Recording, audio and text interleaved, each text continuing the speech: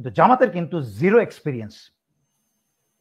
এই বর্তমান ফাঁসি হওয়া নেতাদের নেতাহীন পিতৃহীন বর্তমান জামাতের কিন্তু রাষ্ট্র পরিচালনা তো দূরের কথা, একটা রাষ্ট্রের কোনো একটা অংশ পরিচালনা করার কোনো অভিজ্ঞতা নেই।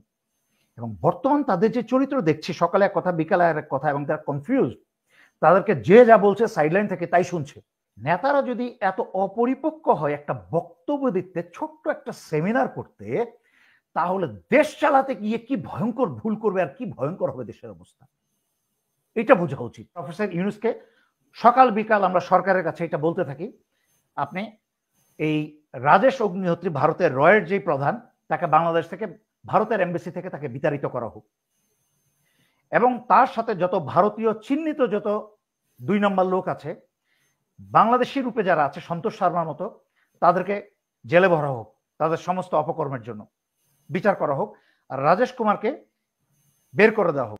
এই জেনারেল আকবর, লেফটেন্যান্ট জেনারেল আকবর শেখ হাসিনার ডান হাত, ভারতের একদম রয়ের 5 পশু। এই পশু যতদিন বাংলাদেশে ছিল আমার কাছে একদম ফার্স্ট হ্যান্ড ইনফরমেশন আসতো, কখন সেনানিবাসে বসে সে মিটিং করতো, কখন সে গুলশানের কোন হোটেলে বসে মিটিং করতো, আমি সরাসরি খবর পেয়ে যেতাম। আমি সেটা বলতে পারবো না কিভাবে খবর পেতাম। একইভাবে এই এই সন্তোষ শর্মা আর রাজেশ অগ্নিহোত্রী যখনই তারা একসাথে মিটিং এ বসে, আমার কাছে আল্লাহর রহমতে খবর চলে আসে। সেটা আমি সোর্স ডিসক্লোজ করব না। মূল কথা হচ্ছে অবশ্যই বুঝতে পারছে না যে এই দেশকে এবং প্রফেসর ইউনূস সরকারকে ডিস্টাবিলাইজ করার জন্য আভ্যন্তরীণ মির্জাফরদেরকে ব্যবহার করে এরা যে এই যে মূল হেডগুলা, সাপের মাথাগুলা, পদ্মগোকরার মাথা রাজেশ অগ্নিহোত্রী, সন্তোষ শর্মা, এরা যে দেশের বিরুদ্ধে ষড়যন্ত্র করছে, এই নোবেল লরিয়েট, নোবেল পুরস্কার প্রাপ্ত উনি কি আমার এই সহজ কথাটা বুঝতে পারছেন না? I don't understand what's is problem. এই সরকারের এইসব উপদেষ্টাদের সমস্যাটা কোথায়? আপনার কি মনে হয় যে এই যে জামাত নির্বাচনকে মানে নির্বাচন ক্ষমতা আসার স্বপ্ন দেখছে, সেই স্বপ্নে বিভোর হয়ে অনেক কিছুই ভুল কাজ করছে? যেমন তারা বলেছে যে যারা সংখ্যালঘু তারা তাদের ব্যানারে আসতে পারবে, তো সেটার মানে সেই সিদ্ধান্ত, তারপরে এক একবার এক এক কথা বলছে নির্বাচন নিয়ে, কখনো সংস্কার, কখনো নির্বাচন, কখনো সরকারকে সাহায্য করছে, কখনো আবার বিএনপির সাথে দেখা করছে। তো সব মিলিয়ে ওরা লেজে গোবরে করে ফেলছে এই ক্ষমতা যাওয়ার স্বপ্নে। এরকম কি মনে হয় কিনা আপনার? জামাত, আমি যেটা একটু আগে বলেছি, বিএনপির উপরের লেভেলের নেতারা ভারতের কাছে বিক্রি হয়ে গেছে। তারপরেও কিন্তু বিএনপির পজিটিভ সাইড হচ্ছে বিএনপির ভিতরে এখনো অনেক নেতা নেত্রী আছে। আমি মধ্যবয়সী এবং ইয়াং বয়সী বিএনপির অনেক নেতা নেত্রীকে চিনি যারা জাতীয় স্বার্থে অনেক স্যাক্রিফাইস করেছে, তাদের দেশপ্রেম আছে। আমি যেমন ব্যক্তিগতভাবে আমি চিনি, নিরু ভাইকে চিনি, বিএনপির এক সময় তুখ্খান নেতা ছিল, আমার ফেসবুকেও আছে উনি। এরকম আমি অনেক বিএনপির নেতাকে আমি চিনি যাদের এখনো সেই যোগ্যতা এবং কেপেবিলিটি আছে দেশকে নেতৃত্ব দেওয়ার। এই মির্জাফর ফখরুলদেরকে সরিয়ে, ওই আমির খসরু ভারতের দালালদেরকে সরিয়ে, এরকম আরো যারা আছে, সালাউদ্দিনের মাথা খারাপ সালাউদ্দিন, এদেরকে সরিয়ে এই নিরু ভাইদের হাতে যদি তুলে দেওয়া হয় এখনো বিএনপিকে, বিএনপি শক্তিশালী একটা দল হয়ে গঠিত হবে আবার, আমার বিশ্বাস ইনশাল্লাহ। কিন্তু জামাতের কিন্তু জিরো এক্সপিরিয়েন্স।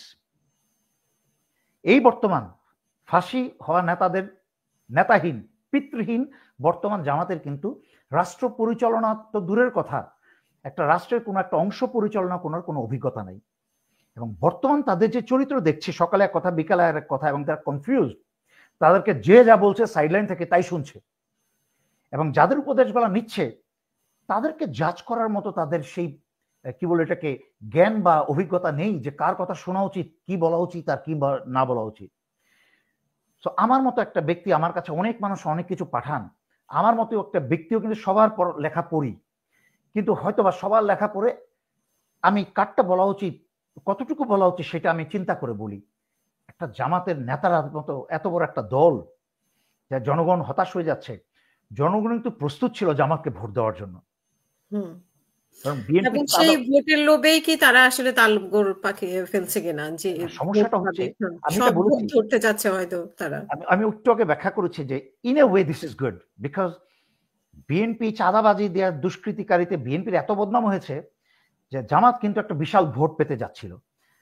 জামাত কিন্তু যখন মানুষের জ্ঞান কম থাকে, একটা কথা আছে, তখন মুখ মানে কম খোলাই ভালো। জামাত হঠাৎ করে একটু বেশি মুখ খুলতে শুরু করেছে, বেশি অ্যাক্টিভ, দরকার ছিল না তো।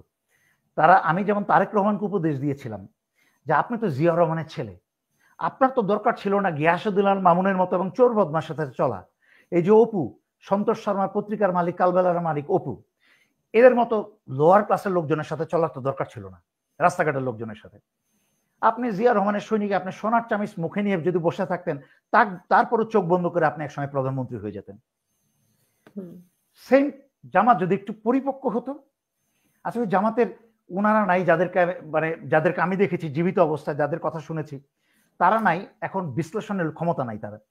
জামাতের উচিত ছিল গ্রাউন্ড লেভেলে বাংলাদেশে কাজ করে যাওয়া, বাংলাদেশের মানুষের মন জয় করা। কোনো হিন্দু নেতাদেরকে মাইনরিটি বলছেন, ডাক নিয়ে আবার ওই হিন্দু নেতাদেরকে খুশি করার চেষ্টা করছেন। হিন্দু নেতাদের মাধ্যমে যারা কি বলে উন্মুক্ত বাংলাদেশের শত্রু, তাদের মাধ্যমে আপনি ভারতকে খুশি করার চেষ্টা করছেন, আপনারা মোদীকে খুশি করার চেষ্টা করছেন। তার মানে আপনাকে বিশ্বাস করা যায় না। আই এম সরি, দুঃখিত বাংলাদেশের মানুষ। আমি বর্তমানের এই জামাতের নেতৃত্বের কাছে, জামাতকে ভোট দিলে আমি মনে করব, কারণ সরকার তো চালাবে, জামাতের কর্মীরা তো সরকার চালাবে না, নেতারাই চালাবে, নেতারা চালাবে। আর নেতারা যদি এত শফিকুর রহমানের দেখেন কয়েকদিনের মধ্যেই তো ওনার 8 মাসেই তো আমরা 800 বার, মানে তার মতামত অনেকবারই চেঞ্জ হয়েছে, প্রায় 800 বারই চেঞ্জ হয়েছে। 100%। নেতারা যদি এত অপরিপক্ক হয় একটা বক্তব্য দিতে, ছোট্ট একটা সেমিনার করতে, তাহলে দেশ চালাতে গিয়ে কি ভয়ঙ্কর ভুল করবে আর কি ভয়ঙ্কর হবে দেশের অবস্থা, এটা বোঝা উচিত। আমাকে অনেকেই মনে করে এই যে মেজর সাহেব জামাত হয়ে গেছে, এটা তো জাতির সমস্যা। মানে আমি যদি বলি আমি কমলা পছন্দ করি না, তাহলে ধরেই নিবে তারা আমি আপেল পছন্দ করি বা আম পছন্দ করি। মানে ট্যাগিং দেওয়া আর কি, হয় বিএনপি না হয় জামাত না হয় আওয়ামী লীগ। আপনাকে একটা কথা বলি, এটা শুনতে হবে, জনগণকে বুঝতে হবে। আমাকে গালি দেন, আমার কোনো সমস্যা নাই, আমাকে দেয়ার মালিক, আমার নেওয়ার মালিক, সবকিছুর মালিক আল্লাহ। কিন্তু আপনাদেরকে বুঝতে হবে যে আমি যেই দেশের বিরুদ্ধে এবং জনগণের বিরুদ্ধে কাজ করে, আমি তার বিরুদ্ধে কথা বলি। আমি সত্যি কথা বলার চেষ্টা করি আল্লাহর রহমতে। আমি কারো তেল মারি না, আমার কারো কাছে কিছু পাওয়ার কিছু নাই। সুতরাং আমি যখন বিএনপির সমালোচনা করি, এই লোক তো জামাতের। আমি যখন জামাতের সমালোচনা করি, আমাকে এখন লাইন ধরে জামাতের ছেলে পেলে গালিগালাজ করবে, এই তো বিএনপির। তো এইগুলা, এই জাতির সমস্যা অনেক আছে। তার মাঝখানে সবচেয়ে বড় সমস্যা হচ্ছে এই হুজুগে জাতি, এই অন্য জাতির কারণেই কিন্তু শুধু রাজনৈতিক দলদেরকে দোষ দিয়ে লাভ নেই। এই জাতির অন্ধত্বের কারণেও কিন্তু আজকে 54 বছর এই জাতির এই ভয়ঙ্কর অবস্থা, পরিণতি। কারণ ধানের শীষের জন্য, নৌকার জন্য জীবন দিয়ে ফেলবে একটা লোক। একটা ধর্ষণকারীও যদি একটা ধানের শীষ নিয়ে দাঁড়িয়ে যায়, যে 5টা 10টা ধর্ষণ করেছে, 2টা 3টা খুন করেছে, এবং একটা অতি পরিচিত জনতার সামনে একটা চোর, সেও যদি ধানের শীষে বা এত বছর 16 বছর নৌকা, 16 বছর তো ভোট হয় নাই, তারপর একটা উদাহরণ দিচ্ছি মানুষের অন্ধত্বের সীমাটা কোথায়। একটা দেশের বেশিরভাগ জনগণ যখন এহেন অন্ধ হয়, তখন সেই দেশে আল্লাহর রহমত থাকতে পারে না। তারপর আল্লাহ কি কারণে আল্লাহ রহম করে বাঁচিয়েছেন, তুলে এনেছেন, আল্লাহই ভালো জানে। দেশের বেশিরভাগ মানুষ অন্ধ। ধানের শেষে ভোট দিব, কে দাঁড়িয়েছে ধানের শেষে, চোর বদমাস, সেটা বোঝার দরকার নেই আমার। কিন্তু এই লোকেই যে তার ছেলে মেয়ের ভাগ্য নির্ধারণ করবে, এটা সে বুঝতে পারছে না। এই নেতাই যখন নির্বাচিত হবে এমপি, তার ছেলে মেয়েকে ধর্ষণ করবে, তার নাতিকে ধর্ষণ করবে, তখন কিন্তু এই বিএনপিকে ভোট দিয়েছে, কিন্তু বিএনপি নেতার কাছে গিয়ে বিচার চাইতে গিয়ে সে আবার ধর্ষিত হবে, অথবা জেল মামলা খাটবে, অথবা মারধর খাবে, অথবা নিহত হবে। এই তো বাঙালি জাতির চরিত্র। এই জন্য আমি বহুবার ব্যাখ্যা করেছি, লর্ড ক্লাইভ কি বলেছিল, আর বারবার সময় নষ্ট করতে চাই না। এই জাতির চরিত্র সংশোধন করতে হবে, শুধু প্রফেসর ইউনুস সংস্কার করলে হবে না। এই জাতির চরিত্র যার যার ব্যক্তিগত এবং কি বলে এটাকে পারিবারিক এবং সমাজগত নিজেদের চরিত্রও সংশোধন করতে হবে। এছাড়া শুধুমাত্র বাংলাদেশের সংবিধান সংস্কার করে লাভ হবে না। কারণ সংবিধান বলি, রাষ্ট্র বলি, তার মালিককেই জনগণ। আর মালিক যদি হয় অন্ধ, তার যদি কোনো দায়িত্ববোধ না থাকে, তাহলে সংবিধান পরিবর্তন কোনো লাভ হবে না। কারণ যেই সংবিধানকে প্রফেসর ইউনূস হোক আর আরেকজন হোক যদি পরিবর্তন করতে পারে, তাহলে আরেক সরকার এসে পরিবর্তন করতে পারে। আওয়ামী লীগ কি করে নাই? আওয়ামী লীগ কি গত 16 বছর সংবিধানের তোয়াক্কা করেছিল? এই যে খায়রুল হক, দুঃখজনকভাবে কি বলবো, এদের চরিত্র আমার আত্মীয় হয়। আবার এই যে বিচারপতি খায়রুল হক, তাকে তো এখনো গ্রেফতার করা হলো না। অথচ বাংলাদেশের সার্বভৌমত্ব, স্বাধীনতার ধ্বংস তার একটা কলমের খোঁচায় 16 বছরে। এত মানুষের মৃত্যু, এত মানুষের রক্তক্ষয় একটা কলমের খোঁচায়, শুধুমাত্র তত্ত্বাবধায়ক সরকার তুলে দেওয়ার কারণে। কই সংস্কার কোথায় হবে? এদের মধ্যে কাউকে গ্রেফতার করা হচ্ছে না। তাহলে আপনি বুঝে দেখেন বাংলাদেশের মানুষের মনোযোগটা কোথায়। বাংলাদেশের জনগণকে ব্যস্ত রাখা হয়েছে এখনো বিএনপি জামাত দিয়ে, কিন্তু সন্তোষ শর্মারা আর রাজেশ অগ্নিহোত্রীরা কিন্তু তারা জায়গায় কেন্দ্রে বসে এখনো দেশ চালাচ্ছে। দেশ কিন্তু প্রফেসর ইউনূস চালাচ্ছে না, দেশ চালাচ্ছে এই কি বলে আসিফ নজরুল, সন্তোষ শর্মা, এই রয়ের প্রধান রাজেশ অগ্নিহোত্রী এবং সশস্ত্র বাহিনীর কিছু সদস্য। আর বাংলাদেশিরা এই যে জামাত খারাপ, এই যে বিএনপি খারাপ, এই খারাপ সেই খারাপ। হ্যাঁ খারাপ, এদেরকে মানুষ করতে হয়, এদেরকে ধরতে হবে, ধরতে হবে, এদেরকে ছাই দিয়ে ধরতে হবে। বিএনপি জামাত, বিএনপি জামাত এবং এনসিপি আর যেই সিপি হোক, যেই 2 নম্বরই করবে তাকে ছাই দিয়ে ধরতে হবে। কাকেও ছাড় দেওয়া যাবে না, এনসিপিকেও বাদ ছাড় দেওয়া যাবে না।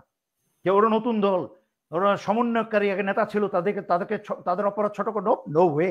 কিন্তু ছোটরাই তো বেশি কোটি কোটি টাকা বানায় ফেলছে। এগ্রিড। আমি সব দেখি, আমি সমস্ত খবর রাখি। আমার নিজের ব্যবসা বাণিজ্যের বাইরে আমার নিজের দায়িত্ব, আমি অনেক পড়াশোনা করি, এই সব খবর পড়ি, আমি সবার লেখাই পড়ি। বাংলাদেশে একটা সামান্য একটা গ্রামের মানুষ আমাকে একটা মেসেজ পারলো, সেটা পড়ি আমি। ওয়ালাইকুম আসসালাম হলে উত্তরটা পর্যন্ত আমি দিই, আমি সবই পড়ি। তো আমি দেখছি ইটস ওকে, এই বাংলাদেশের এই ছাত্ররা কোত্থেকে আসে। এই যে বলে সশস্ত্র বাহিনীর অফিসার চোর, উমুক সুমুক, সমগ্র সেনাবাহিনী চোর না, সশস্ত্র বাহিনী চোর না। হাতে গোনা 2টা 5টা 10টা বদমাশ যারা চরিত্রহীন। হাসিনা থাকলেও তারা চোর হতো, হাসিনা না থাকলেও তারা চোর হতো। তবে হাসিনার মতো একটা চরিত্রহীনা ক্ষমতায় থাকার কারণে এরা সহজে তাদের চরিত্র প্রকাশ করেছে। এরা আয়নাঘরের খুনি হয়েছে, চোর হয়েছে। সুতরাং বুঝতে হবে যে এই চোরের বাজারে, এই চোরের সমাজ থেকে কিন্তু ফেরেশতা খুঁজে পাওয়া ভেরি ডিফিকাল্ট। যারা এনসিপি করেছে এর মাঝখানে 2টা 4টা আবর্জনা থাকবে। কারণ যখন মাছ ধরার জন্য জাল ছুঁড়ে ফেলা হয়, যখন টান দেওয়া হয়, জালে কিন্তু সমস্ত আশানুরূপ বড় বড় রুই মাছগুলো উঠবে না, এর সাথে অনেক আজে বাজে পটকা মাছও উঠবে, ঠিক না? সেগুলোকে বেছে বেছে ফেলতে হবে। সেটা দায়িত্ব হচ্ছে যারা ছাত্র নেতারা। কিন্তু ছাত্র নেতারা তো দেখছি তারা মুরব্বীদের কোনো কথা শুনতে চায় না, তারা দেখছি নিজেরাই মনে করে সব বুঝে। তো এগুলা করে কিন্তু অতীতে অনেকেই ডুবেছে, এবং তারা যদি কথা না শুনে, তারা যদি মনে করে নিজেরাই সব বুঝে এবং কারোর কথা শোনার দরকার নেই, উপদেশ শোনার দরকার নাই, তাহলে কিন্তু তারাও উঠবে, কোনো অসুবিধা নাই। কারণ ইতিহাস থেকে শিক্ষা যারা না নিয়েছে তারাই ধ্বংস হয়েছে। সুতরাং কেউই আইনের বা কি বলে এটাকে, কেউই কোনো কিছুর ঊর্ধ্বে না। যেই অন্যায় করবে তাকে ছাই দিয়ে ধরতে হবে, সে যেই হোক। প্রফেসর ইউনূসও যদি অন্যায় করে ভুল করে, ওনাকেও ছাই দিয়ে ধরতে হবে। উনি নোবেল লরিয়েট হোক আর যেই হোক, ওনাকে ছাড় দিয়ে দেবো আমি কিন্তু ওই টাইপের লোক না।